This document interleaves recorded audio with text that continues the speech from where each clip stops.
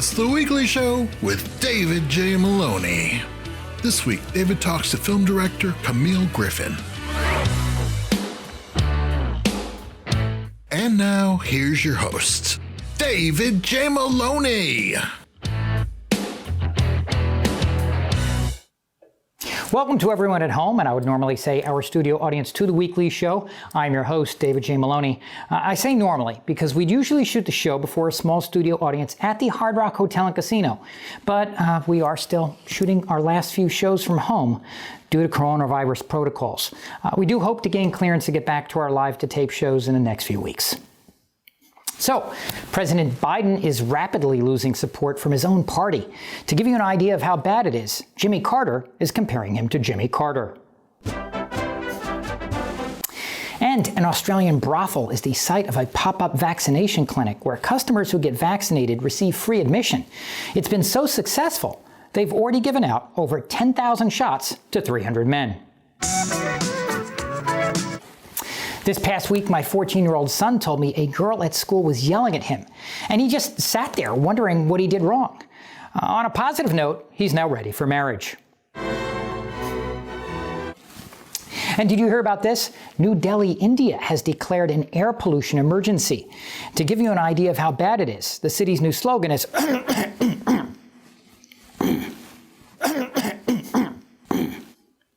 According to a new study conducted by Esquire magazine, 90% of women surveyed said a man's physical appearance isn't all that important. So you ugly guys who don't get any girls can take comfort in knowing that they actually hate you for your personality. Lastly, a cat that went missing in Pennsylvania 3 months ago was found over 200 miles away in New York and was returned to its owner. The cat's owner was overjoyed at the reunion, but the cat was like, whatever. On tonight's show, we've got such a treat. Her new film, Silent Night, starring Keira Knightley, Matthew Goode, Lily-Rose Depp, and Roman Griffin Davis, just hit theaters on December 3rd. And here to talk about it is the movie's writer and director, Camille Griffin. So don't go anywhere. We'll be right back.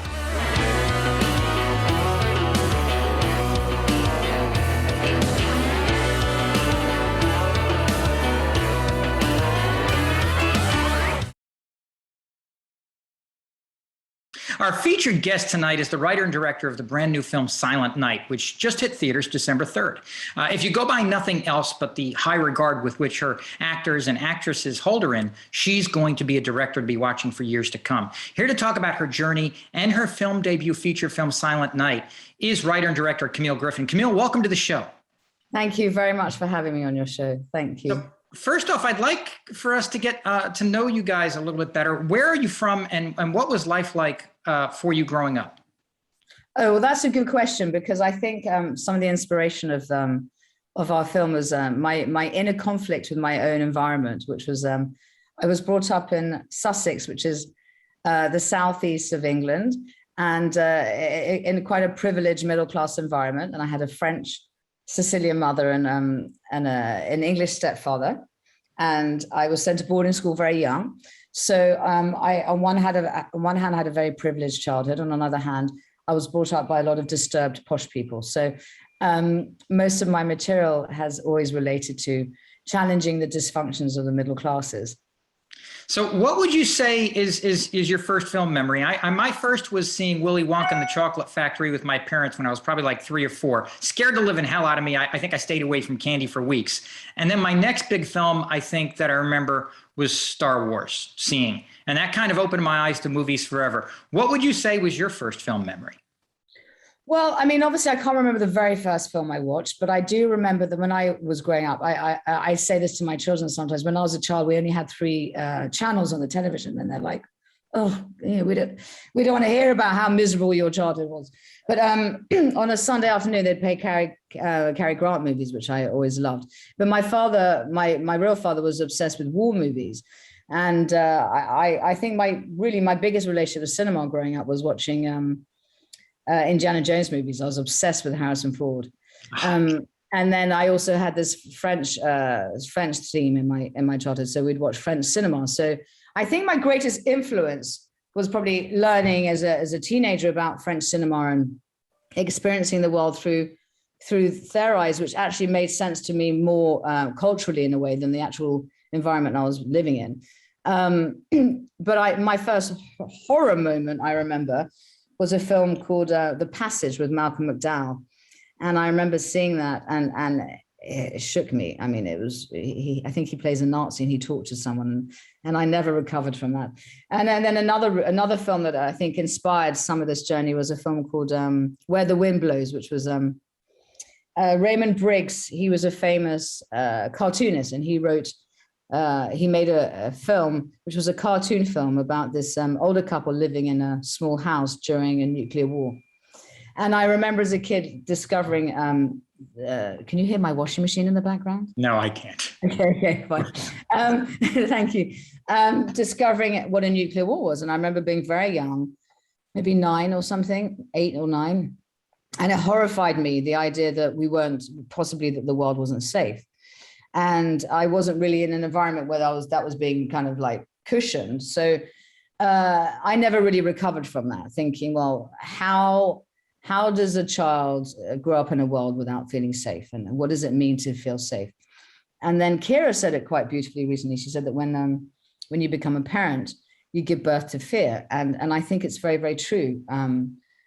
That the minute I gave birth, all my neurosis kind of escalated. And it was like, how do I protect my children from the world or from catastrophe, from, tsunamis and wars and all those things. So, and pandemics.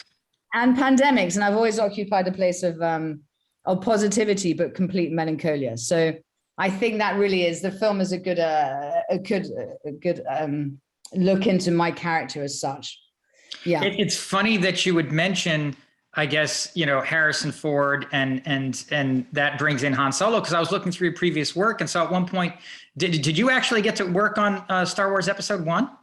Yes, I've actually got one of the clapper boards. I did some second camera work as a camera assistant, and in those days we were still using film, to shoot films, and I was unloading the magazines, and I was working in the camera truck, and the generator was plugged in, and I was in the dark room, and you had one of those little switches you turned on and off. Then I touched it, and it was no light in the truck, so I was unloading the mag. My first day on Star Wars, and which George Lucas was directing. And the camera truck driver plugged in the Jenny, and the light came on, and the rushes were exposed, and it was hell. But I had to go on set and tell George Lucas that his rushes were being exposed. But yes, I did have that experience. I had an amazing experience working in film and television and commercials. I learned an awful lot in the camera department, which I think is a great thing for a filmmaker to have those experiences. And now you're here releasing your debut feature film, Silent Night. Did you always know that you wanted to eventually write and direct feature films? Oh, I've been trying for years. The British Film Institute wouldn't fund my films. I've been writing screenplays since I was 25. I'm 47 now. So I've been trying for an awful long time. And it was only when I gave up going to them, I decided when I wrote Silent Night, I'd come off the back of Jojo Rabbit, being with Roman on Jojo Rabbit. And I saw Taika Waititi using comedy, and it was a complete turning point in my life, because I was like, wow, if you use comedy, you can talk about anything. And I think my depressive material my ambitious depressive material couldn't get funded. So I came home and wrote this dark comedy, at the point of saying, okay, this is my last attempt. I've tried for so long, and everyone shut the doors, and they won't open the doors. And my intention was to make this film independently and not to ask the gatekeepers for their support. And would you say that what was different about it that helped it was because of the fact that you could take this more serious type of content or subject matter and add a humorous element to it? I think it was a mixture of two things. I think the comedy definitely helped.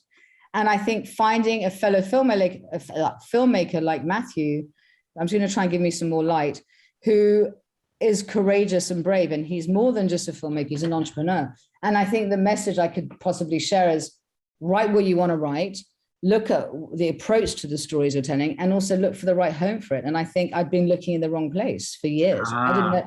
Did that leave you concerned at any point in the process of making it that you were either making it too serious on one hand or too funny on the other? Did you have to find the right balance, or did you kind of know what you wanted to express all along and just... It wasn't so much like, we have to have this, we have to have that. I knew that the comedy was going to facilitate the drama. I knew that that was absolutely necessary. And I also knew we had to transition from each act, from like comedy to comedy drama to horror, and that would be a challenge. So I knew that preserving the humor in the drama was essential. Camille, we've got to go to a quick commercial break, pay the bills. Can you stick around till after the break? 100%.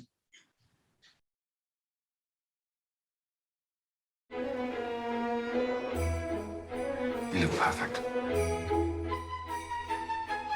Fly! Oh, did you bleed on the carrots? Will I die? Yep, probably. Grandma! Happy Christmas. You're still alive? Yes, I think so. Jesus, they're early. Tony and Simon robbed the petrol station. Oh, what fun. We make tremendous criminals. I felt so good. We're all getting old. Well, we were getting old. It's just one potato each. Just one for everyone. Did anyone watch the Queen's speech? Well, she's clearly in some bunker set up, you know, filled with tins of baked beans and dog food. Here's to the lives that we've shared. To our beautiful children. Our beautiful friends. May we rest in peace.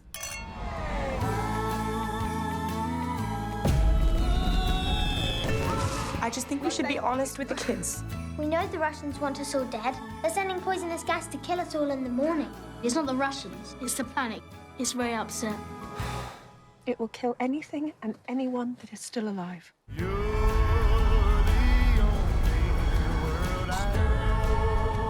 We should have all voted Green.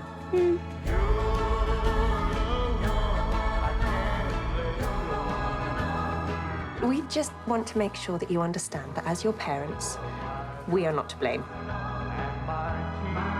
Clearly, it's not your fault either.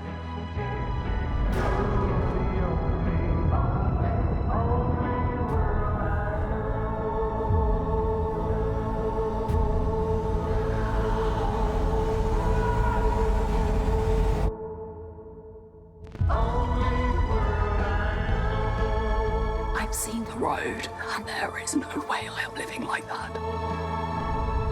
Tell our audience what the film is about and where did that story originate from? I would say the film is a satirical kind of parody of the white middle classes in the UK, set during Christmas, with as they face the inevitable catastrophe that's coming towards them. And another brilliant kind of quote that Keira mentioned is that when she read the script, what she particularly liked about it was that it was a kind of female perspective of apocalypse. It wasn't the maternal aspect of it. Maternal aspect, but also the fact that when we see apocalyptic movies, they're all trying to stop the asteroid coming, or they're all trying to get everyone to move to a part of the country. They're all fighting it, right? This is kind of more acceptance almost, yeah? Yeah, and I think she found it was interesting to see, well, what do you do when you try and accept death, right? How do you make that acceptable? And death is not acceptable to anyone. And when you get to my age or a certain age, you start to realize that you're getting closer to death than you were to youth. Now, was this always going to be a Christmas film, or where did that seasonal aspect come into play? Well, the whole thing just happened. Like I said, I came back from JoJo and I was like, okay, I need to write a comedy. And I knew that I didn't have to deliver anything particularly for anyone else. So I was just like, okay, I just sat down and started writing. It all just kind of came together. And I think when I'm asked to consciously explain the choices, it wasn't like I was like, do I need this? Do I need this? It just came out. But I think what was interesting was this debate I have with my kids is like kids are taught in our culture to be seen and not heard. And the point is, it's important that children are allowed a voice. They have to inherit our mistakes, so they should be allowed an opinion, and they should be granted the chance to be heard and to be allowed to speak the truth. But Christmas was the perfect landscape because I think we try and be our best selves at Christmas, and there's a sentimentality that's been hardwired into us. It's like it's a hopeful time of the year. So to mix hope with despair, I thought were the perfect elements. I mean, everything about the film, the volume is dialed up high on everything. So it's like, how do you take both? How do you create conflict? When you start writing stories, you learn that conflict equals drama, but like, what is conflict in a story? So for me, the conflicts are just playing with the opposing elements of everything. Love, hate, trust, distrust, hope, despair. And that's really why those two genres work so beautifully with the Christmas movie and the apocalyptic movie.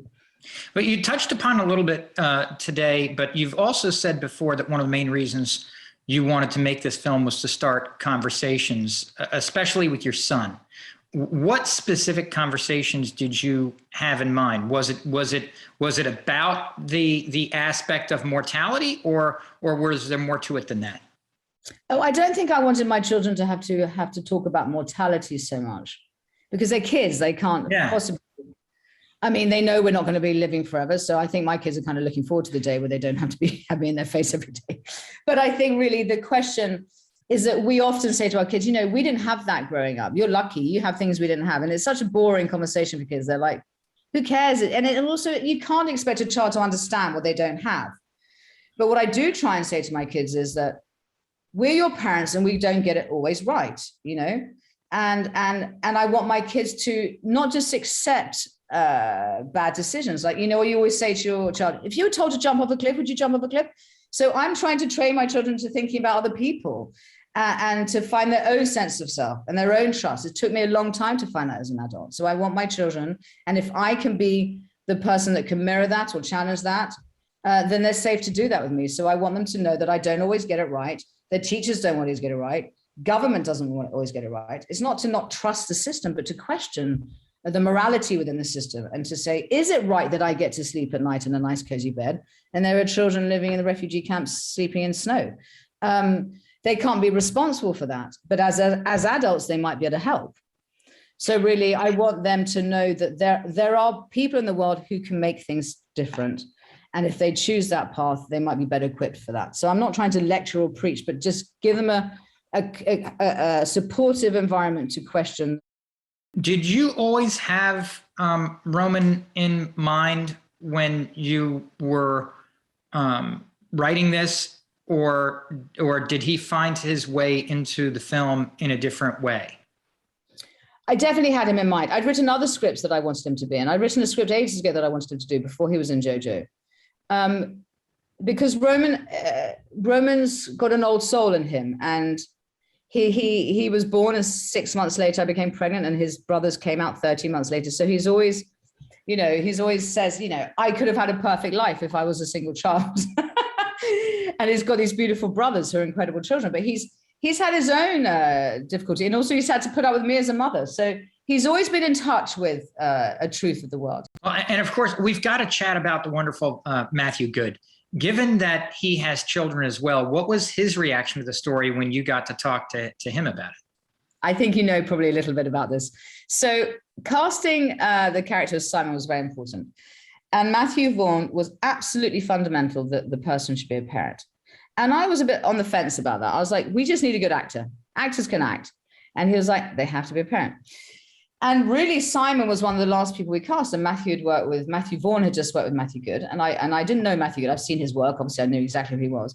And he read the script and he said to Matthew Vaughn, there's no effing way I'm doing this film, right? And Matthew Vaughn said, just sit on it for a day or two. And we'd had this response a few times with some of our crew and some of our cast that they'd read it and go, this is horrible. And then they'd come back a day later and go, I can't stop thinking about it. I have to work on this film.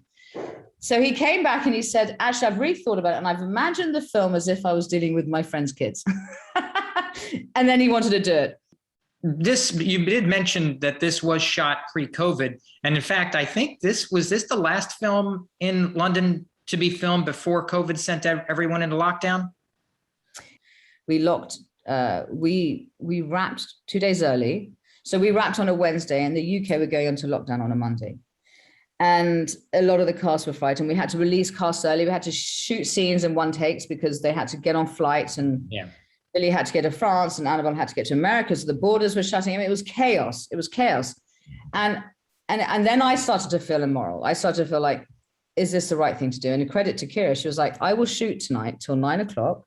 Because we'd wrapped every day at 6. She was like, I'll shoot to 9 o'clock and then I'm done. And I think everyone else should be done. And I have to credit her to this because I was busy in the mindset of how do I finish the film? This isn't my money. And how do I protect my crew? And how do they? And I called Matthew Vaughn. I said, can we wrap tonight? And he said, yeah.